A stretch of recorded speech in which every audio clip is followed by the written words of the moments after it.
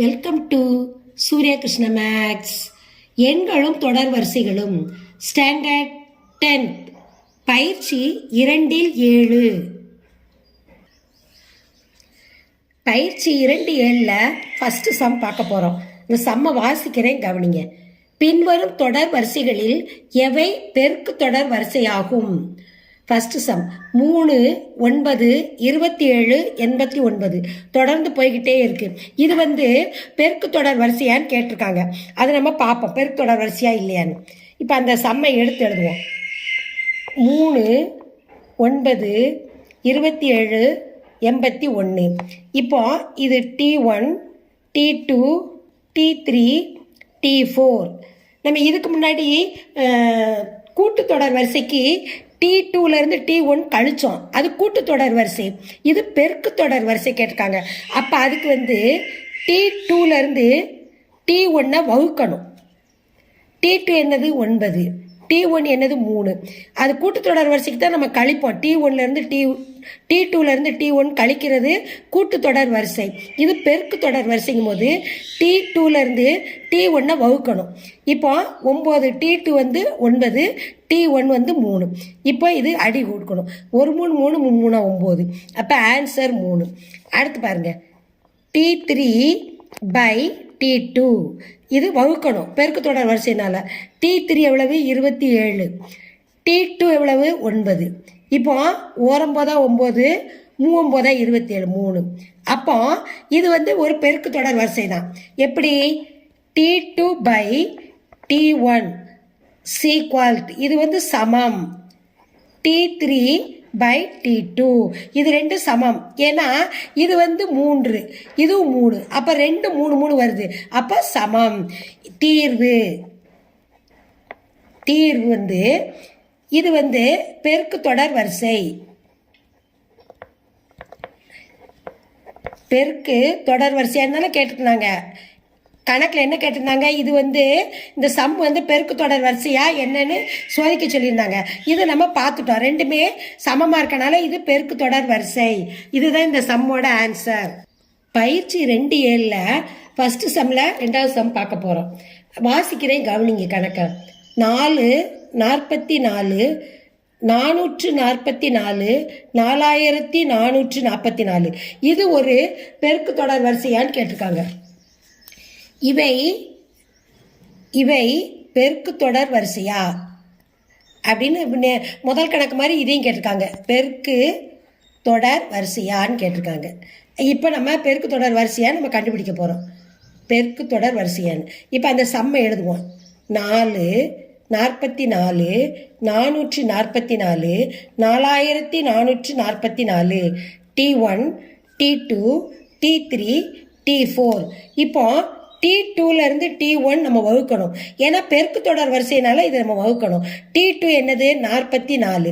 T1 என்னது? 4. ஒரு நாள் 4, ஒரு நாள் 4, ஒரு நாள் 4. அப்போ 11. அடுத்து T3/T2. T3 என்னது? 444. T2 44. ஒரு நாள் 4, ஒரு நாள் 4, ஒரு நாள் 4, ஒரு நாள் 4, ஒரு நாள் 4. அப்போ 111/11. இப்போ இந்த ஆன்சரும் இந்த ஆன்சரும் பாருங்க சமமாக இருக்கா? இல்லை. அப்போ இது பெருக்கு தொடர் வரிசை இல்லை. T2/T1 not equal to T3/T2. T2/T1 not equal to T3/T2. இவை பெருக்கு தொடர் வரிசை இல்லை. ஏன்னா 2 என்னது? நமக்கு நம்பர் வித்தியாசமாக வருது. இங்கே 11 வருது, இங்கே பின்னமாக வருது. அதனால பெருக்கு தொடர் வரிசை இல்லை. பெருக்கு தொடர் வரிசை இல்லை. இதுதான் இந்த சம்மோட ஆன்சர்.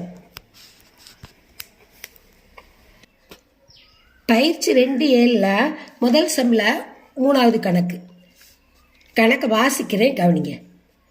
0.5, 0.05, 0.005 தொடர்ந்து போய்கிட்டே இருக்கு. இவை பெருக்கு தொடர் வரிசையான்னு கேட்டிருக்காங்க. அந்த சம்மை எடுத்து எழுதியிருக்கேன். 0.5, 0.05, 0.005, இது வந்து கணக்கு எடுத்து எழுதியிருக்க T1 T2 T3. இப்போ நம்ம பெருக்கு தொடர் வரிசைக்கு என்ன செய்வோம், T2லேருந்து T1 நம்ம வகுக்கணும். இப்போ T2 வந்து என்னது 0.05, T1 வந்து 0.5. இங்கே முழு எண்ணா கொடுக்காம தசம எண்ணெல்லாம் கொடுத்துருக்காங்க. தசம எண் தான் இது பேர், புள்ளி வந்துச்சுன்னா. இப்போ மேலே எத்தனை ஸ்தானம் தள்ளி வலது பக்கம் இருந்தால் நம்ம என்ன 1 2 2 ஸ்தானம் தள்ளி புள்ளி வச்சிருக்கு, இங்கே ஒரு ஸ்தானம் தள்ளி புள்ளி வச்சிருக்கு. அப்போ நம்ம முழு எண்ணா ஆக்கணும் இது ரெண்டையும். அப்போ என்ன செய்யணும், மேலே முழு எண்ணை ஆக்கிறதுக்கு 100ஆல் பெருக்கணும். ஏன்னா 2 ஸ்தானம்னால நான் 100, 2 0 பெருக்கும் போது தான் 2 ஸ்தானம் தள்ள முடியும். அப்போ மேலே எந்த எண்ணால் பெருக்கிறோமோ அதே எண்ணால் தான் கீழே பெருக்கணும்.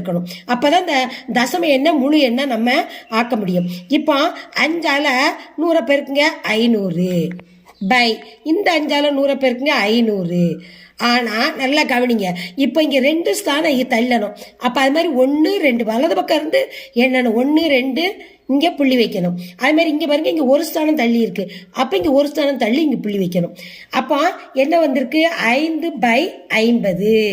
அப்போ 5/50 நம்ம சுருக்கணும். ஓரஞ்சு 5 பைத்தஞ்சு 50 1/10. T2/T1 = 1/10 கண்டுபிடிச்சிட்டோம். அடுத்து என்ன கண்டுபிடிக்கணும், T3/T2 எவ்வளவுன்னு கண்டுபிடிக்கணும். T3 எவ்வளவு 0.005 பை T2 0.05.